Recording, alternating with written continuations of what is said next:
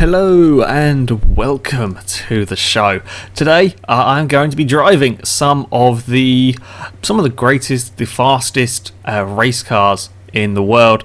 Now I could be sensible. I could take these to the likes of Yas Marina, to Spa, Road Atlanta, the sort of tracks that these cars were designed for racing on.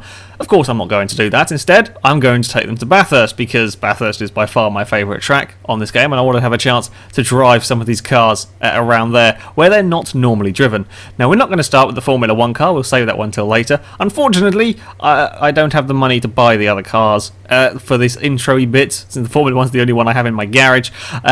So, yeah, the Formula 1 car's on the screen at the moment because I am sort of poor. I maybe had spent a lot of money on a Shelby Daytona when the cars were all on half price, so I don't have a huge amount of money left for anything else. Yeah, well, it was the only chance I was going to get to buy the Daytona. So, yeah, we're going to start with the Audi, the R18. Well, or more to the point of not starting. This thing will not launch off the line. And I don't know why. I tried everything. I tried loads of different ways of getting this car to launch, and it just won't start.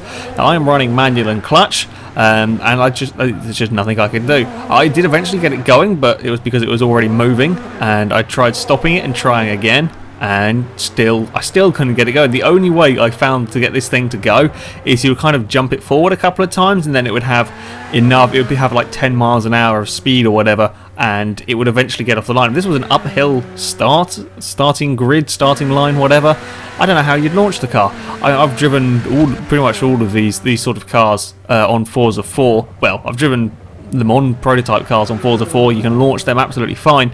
You just cannot launch it on here. I'm sure there is a trick to it that I'm missing. I tried revving the nuts of it and just sort of dumping the clutch and going.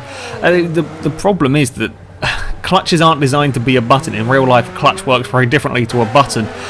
So yes, it probably shouldn't launch, but on a racing game where there is, I don't even know, is there a steering wheel? I think there is. It's a very, very expensive Thrustmaster steering wheel for Xbox One. But other than that, there's not many people are going to have a steering wheel with a proper clutch pedal for the Xbox One. So yeah, it's very, very difficult to launch this car off the line. The Indycar has a similar problem as well. So I don't know. I don't know what the trick is to launching these. I would love to see a lobby of these cars. Just 16 Le Mans cars sat on the grid. And when the lights go green, everybody just stalls a couple of times before they eventually get going. There will be one person who can launch it and will go flying straight to the back of the car in front of him that hasn't got off the line. Yeah, I don't know. I'm sure there is a trick to it that I'm missing, but in a couple of attempts there, I couldn't get the damn thing to launch. Anyway, on to actually how the car drives. Now, this is probably the least suitable car, if you like, for this kind of racing. There's the Formula 1 car, well, they race at Monaco. The Indy cars, they race at street circuits, I believe. Whereas these sort of Le Mans prototype cars, they don't. Now, Bathurst has got two very, very distinct sections. You've got this, sort of the second half of the lap and the first couple of corners that are all sort of more of a normal racetrack. They're fairly fast, it's fairly flowing through here, and you've got an incredibly tight and twisty section at the top of the mountain. Le Mans cars, do they race at Long Beach in the American Le Mans series? I'm not sure. They might do. That might be the only street circuit these cars race around. But yeah, they're not designed for a tight, twisty street circuit. They are quite a big car. If you look at the dimensions of the thing, they're quite long, they're quite wide. However, having said all of that, this car was actually really nice to drive. I don't tend to race this class of car. I very rarely drive what was R1 car was now P class? Not sure. Can't remember. Yeah, I very rarely drive this sort of car, and I didn't really like the Audi in Forza 4. I think it was the R15 in 4, whereas it's the R18 now, but either way, I didn't like the Audis particularly. I didn't particularly like the Peugeots either. I liked the Aston Martins. They were quite nice. This is the modern Le Mans cars, the classic cars that'll be they'll be at a later date. That's one. I got very lucky over the top of the hill there. I may have brushed the wall a little bit, but got away with it. Didn't do any. Well, may have put a scrape on the car. Didn't do any damage. Oh, I've lost my train of thought now because I nearly cracked. Yeah, this is a really nice car to drive though. There's loads and loads of grip. That fast section up there, I was completely flat out through there, which is terrifying and exhilarating all at the same time. Holding it through there. Yeah, it's a really nice car to drive, this thing. There's plenty of grip. The brakes are pretty good. I mean, they're not Formula 1 standards quite, but yeah, it'll get you stopped pretty damn fast. In a straight line, it's about the same as a Formula 1 car, I think. They all top out at around 200 miles an hour. I think the Audi takes a little bit longer to get there than the Formula 1 car. But yeah, in general, I do quite like this car. The downsides to it are, well, getting it off the line. That's a big, it's a big problem. At the moment, it's also quite expensive. All of these cars are horrendously expensive. I'm using some of these cars are rentals, so I can use them for driving. Yeah, it's not a bad car to drive. The difficulty with this car is not so much driving it, getting it around the corners, as it's not that hard to do a lap. You don't have to worry about traction so much. If you're running with traction control off, it's really not that hard. Okay, a lot of this track is quite fast, so you don't have the low speed sort of exits of corners. But on the most part, there's plenty of traction. It's not that's the difficulty. The difficulty comes with a car like this is actually getting faster and faster lap times, because you've got to be braver on the brakes. You've got to try and carry more speed through the corners. Yeah, that's where the difficulty comes with racing this car. Is not actually merely getting it around the track, because it's not too bad. Just sort of driving the thing. Up next, we have got an Indycar. As I mentioned, these can also be a bit of a pain to get off the line. If you boot it and dump the clutch, it will still launch. If you try and do anything else, it will stall. That's what I've been finding anyway. I swear I saw I did an online race with these, and nobody could launch them either. So yeah, the launching is a little bit funny on this car as well, although it is easier to get off the line than the blooming Audi. Now, this car is the fastest one here on paper, while the Audi and Formula 1 car will do 200 miles an hour. This one will do 216, and it will get there considerably quicker than either of the other two. It's very, very fast in a straight line. However, there is a big problem with this car, and that is that it is very, very, very understeery. It's incredibly understeery through all of these corners. This top section in the Audi, completely flat out. In this car, there is a lift, there is a brake. I'm not even sure if there wasn't a downshift a few times, as there is so much understeer in this car. Again, you don't have too many issues with sort of traction out of the corners. You can, if you're a bit of an idiot in a slow speed corner, yes, you can still get it sideways, as you're about to see me do. I think if I've remembered at the point in the replay, yeah, this is the corner that it will likely happen on. Trying to put the power down just a little bit too early, and you will still get it sideways, but on the most part, it's not too bad. It's not too hard to drive. Certainly not as hard as the likes of a V8 supercar. However, there's so much understeer in the corners. It's really quite ridiculous, the amount of understeer. Also, it is very, very fast in a straight line, and it's hard to tell whether that sort of extra 15-20 miles an hour is what means the braking zones are a bit longer. It is quite a fast accelerating car, but the brakes are, I'd say they're probably about the same as that as the Audis. It's a tough car to drive, this one. Unlike with the Audi, where the challenge came from actually getting getting faster and faster lap times, the challenge with this car is really just keeping the damn thing on the road. There is so much understeer on the car. I was surprised. I was surprised there wasn't much understeer on this thing. I was thinking it was going to be a bit better handling.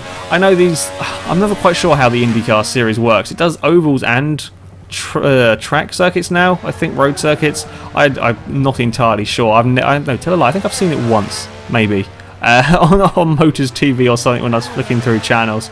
Yeah, this is a tough car to drive. As you see that I understeered off into the wall, all up through this section. Again, you've got to be very, very careful with the car. It's so tempting to try and take the same sort of lines as you do with the Audi, and you really can't, because it just understeers off. There's got to be brakes. I run very, very close to the wall through there. I don't know. I may have scraped it. Just a little bit on the rear of on the side of the car. Luckily, you can get away without too much damage. Sorry, showing up on this car. Also, I forgot to write down what lap I did my fastest lap times with this car, so I have no idea. I did go faster than this. This was me sort of just learning the car. With all these cars, I gave myself 10 laps to kind of no, not 10 laps. Sorry, 20 laps to kind of get used to them and see what sort of lap times I could do with them.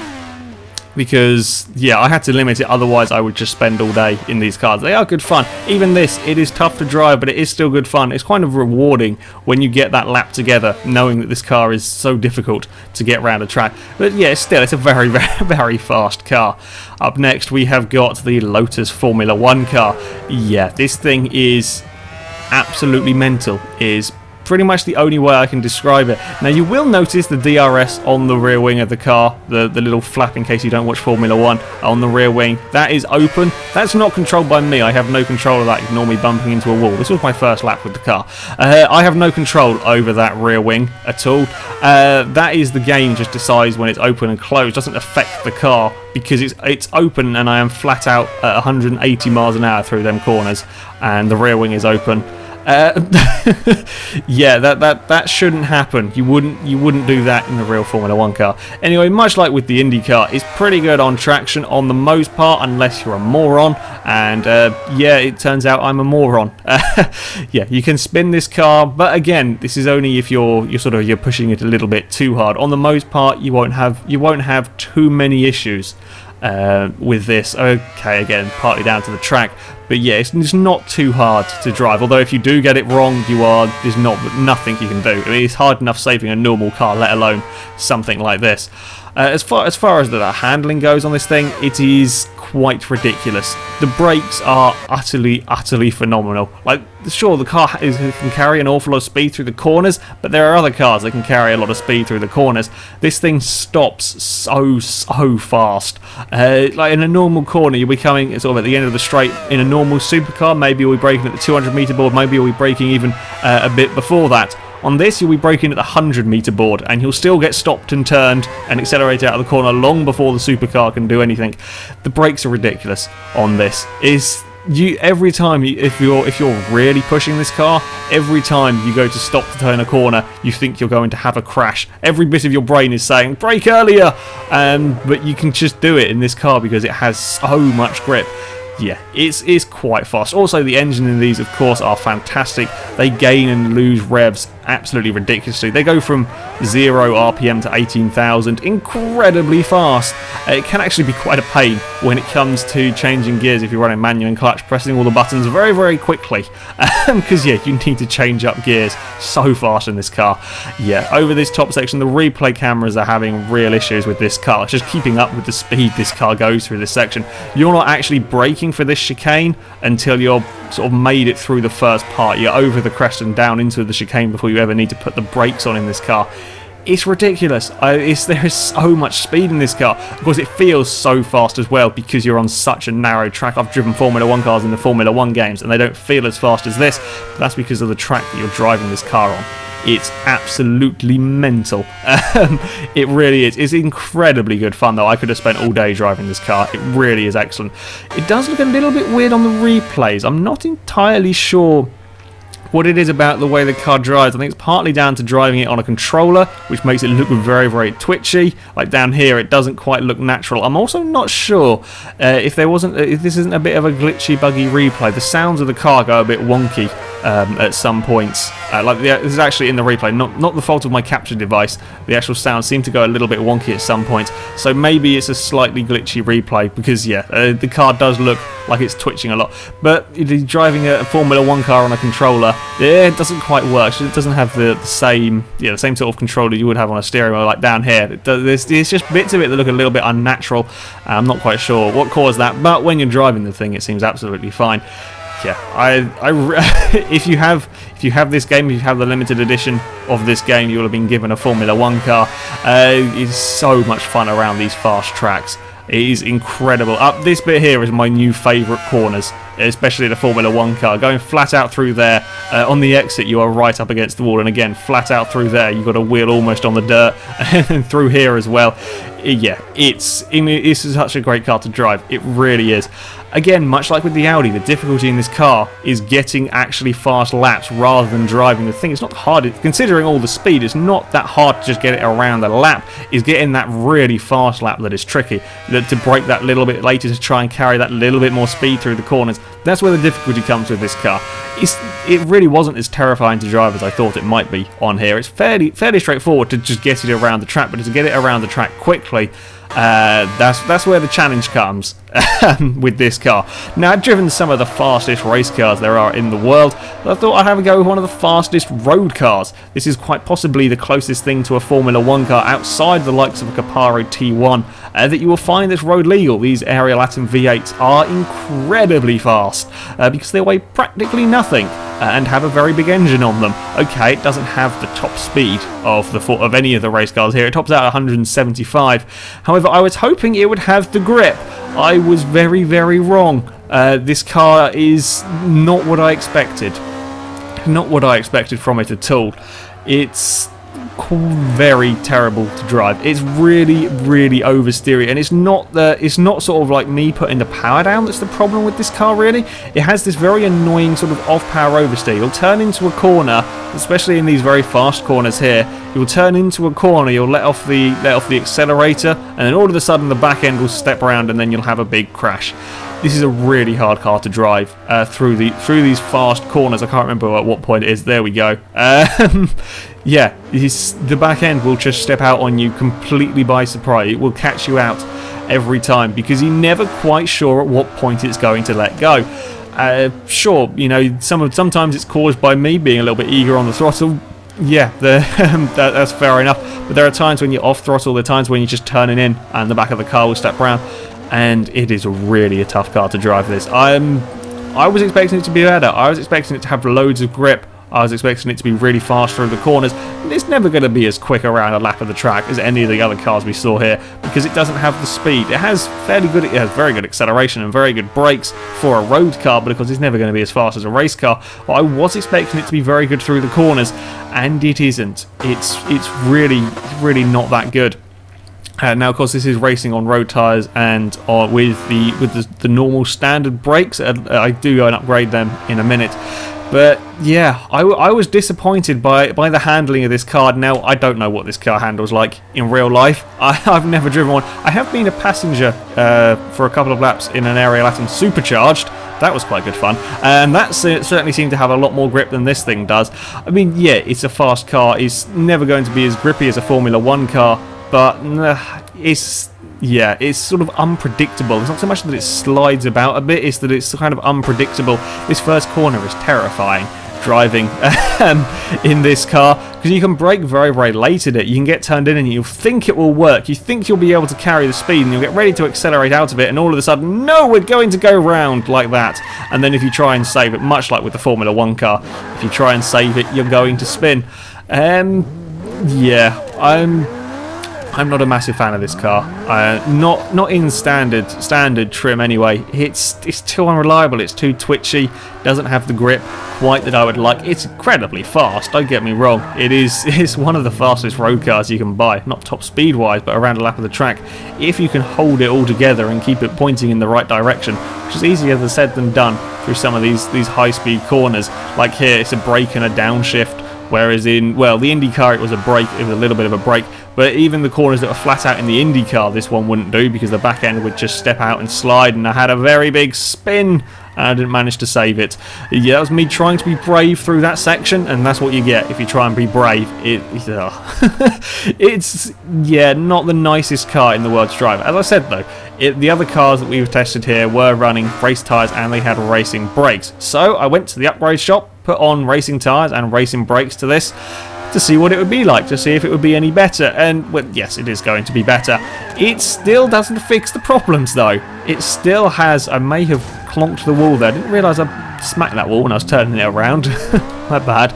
Yeah, it still has the same problems. You'll turn into a corner, you'll think you'll have enough grip and you'll start to accelerate out of the corner, and then all of a sudden it will decide, nope, it won't. And it's not just under acceleration that happens either. Around some of these sections, I'll be off throttle through these and the back end will want to step out. You still got to be very, very cautious. It feels like you can carry a lot more speed through these corners than you actually can. You think like the turning's very, very good on it. It's just the rear end grip. Now maybe with some tuning, if I knew what I was doing, I got incredibly close to the wall again there. Maybe with some tuning you could sort out the lack of rear end grip, maybe put some more downforce on it. I'm not entirely sure. I don't know. There's some experimenting to be done with all of that to see if I can get cars to work. But yeah, it really is an incredibly sliding car. I'm going to go for some onboard footage. This is the one lap that I got relatively cleanly with the V8 Atom. This is with all the racing stuff on it. First corner here is not too bad for this car. It's a fairly slow corner, fairly straightforward. I mean, you've got to be a little bit careful on the throttle on the exit of that corner because it is a fairly slow corner, but in a car like this with your racing tyres is not too bad. This is the least powerful car here today. It's not got so much power that it's kind of overcome with wheel spin. This corner here is very, very tricky. You want to get on the power much earlier. You think you can get on the power much earlier. If you do, you're going to have some problems. It can't carry that much corner speed through there. Nowhere near as much corner speed as I would like to, and nowhere near as much corner speed as you think it can. Again, this is another very, very slow corner, probably the slowest corner on the track, that one there. Again, easy to get the cars sideways if you're not careful on the throttle. Through here, I want to be carrying more speed. You think you can carry more speed, but you can't. You've got to be so cautious. Not only because it's very, very fast corners, I think it might be the bumps as well that are causing a little bit of problem for this car. It is a very light car, and that could play a factor actually. Now, just looking at the replay, the way the track sort of undulates through here, can't brake anywhere near as late as you can with the Formula 1 car or with the Audi through this section. And again, these bits here are not too bad in this car. At low speeds, it's okay. You can get away with the sort of the manic oversteeriness because you're not going so fast. And then don't spin it out on this corner, which is always a good thing. And then we've got a very, very long back straight. This car accelerates very, very well, but it then sort of runs out of steam. It runs out of gearing actually at 175, but it runs out of steam at about 160. This is designed for sort of shorter circuits, for mad dashes in between corners, and it's very, very good at that. We come up towards the final sort of chicane. It's good on the brakes, a similar sort of braking distance for the chicane to the Audi. Of course, the Audi is going sort of 20 miles an hour faster. There's one more corner to go. This bit here is all nice and easy, as they're all fairly straightforward corners. Just be careful you don't put too much power down, but it's fairly good on traction, this car. And there we go. That is it for the Atom. And I will leave you, since the Atom wasn't the most exciting of cars, I will leave you with the onboard footage from the Lotus, from the fastest lap I did with it. So enjoy.